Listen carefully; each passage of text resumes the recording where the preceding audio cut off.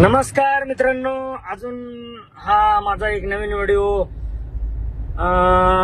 बीड आता विधानसभेची जी निवडणूक पार पडली त्यामध्ये मला बंदोबस्त लावण्यात आला होता परळी या ठिकाणी मला बंदोबस्त लावण्यात आला होता.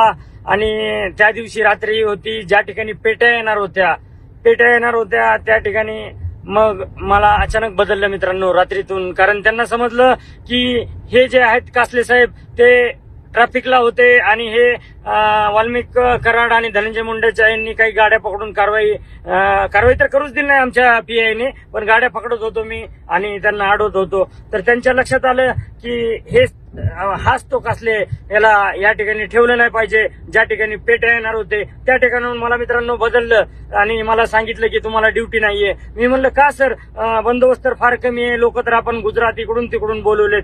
ते म्हणले नाही, तुम्ही रिझर्व्हर असाल, तुम्हाला ड्युटी लावण्यात आली नाही.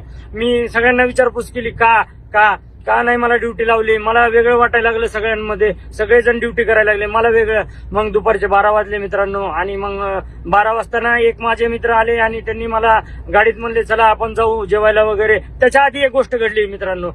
त्याच दिवशी माझ्या अकाउंटवरती 10 लाख रुपये आले. संत बाळूमामा कन्स्ट्रक्शन या अकाउंटहून माझं जे अकाउंट आहे, पगाराचं account, Ranjit Gangadhar Kasle Axis Bank, मी नंबर बी देतो, त्या अकाउंटवर त्याच दिवशी 10 लाख रुपये आले.